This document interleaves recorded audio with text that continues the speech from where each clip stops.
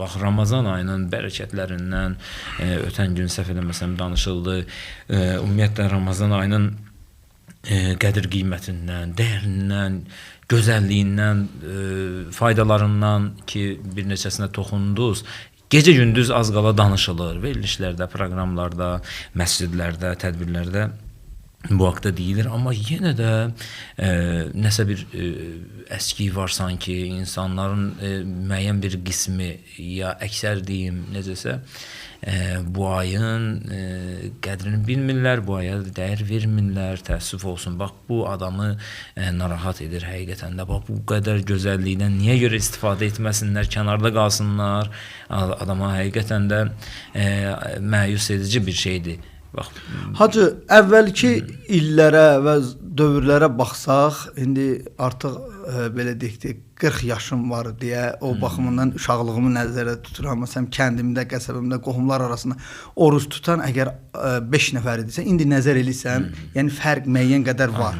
Cavanlar içində və ya elə yaşlılar içində də, yəni amma düz deyirsiniz. İnsanların demək olar çox hissəsi deyərdim ki, bu məsələdə biganədir. Bunun da səbəbi bilirsiniz, insanlarda bir yəqin yoxdur ki, Allahın vədəsinə yəqini yoxdur.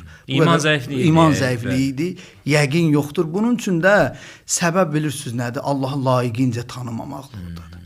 Əgər bir insan Allahı tanısa və onun verdiyi vədəyə də inanacaq. Məsələn, bir dostun indi müqayisə naqis də olsa, bir dostluğu tanıyırsan, bilirsən ki, bu mənim illərimin dostudur və bunun hər sözü haqdır, yəni düzdür, yalan danışan deyil. Bunu doğru danışan kimi tanıyırsansa, onun sənə dediyi hər vədəyə inanacaqsan. Mənə dediyi İndi biz də, indi Allah ki, hər şeyi bizə verən Allah, indi düz deyil, bu müqayisə biraz naqis də olsa, amma birdən Allaha o insanların yəqini olsa, tanısa, üzr istəyirəm, tanısa Allah layiqincə və onun vədəsinə də mütləq şəkildə yəqini olacaq. Yəqini olduqda da çalışacaq ki, bu qədər mükafatı indi bayaq sadaladım, bunu niyə əldən verim mən? Amma əfsuslar olsun, insanların çoxu da bu məsələdə biganədir və Allahı tanımaqlıqda biraz yox deyərdim ki, insanların çoxunda boşluqlar var.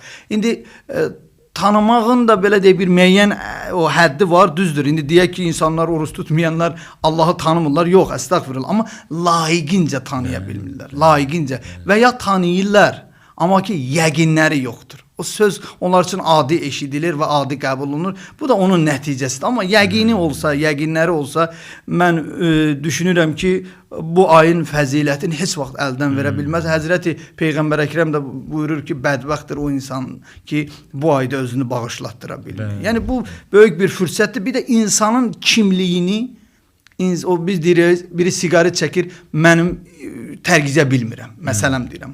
Görürsünüz, Ramazan ayı gəlir, orucunu tutur.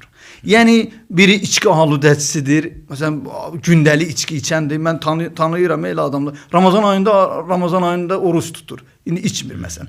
Deməli, Allah hələ bunun cahilin, belə deyək, bunun öz nəfsinə deyir ki, mənim gücüm çatmır, o insana demək istəyir ki, sən busən, sənin dəyərin budur, sən gücün çatar hər şeyə. Yəni, bir növ insanın kimliyin insana Allah Taala tanıtdırır bu ayda.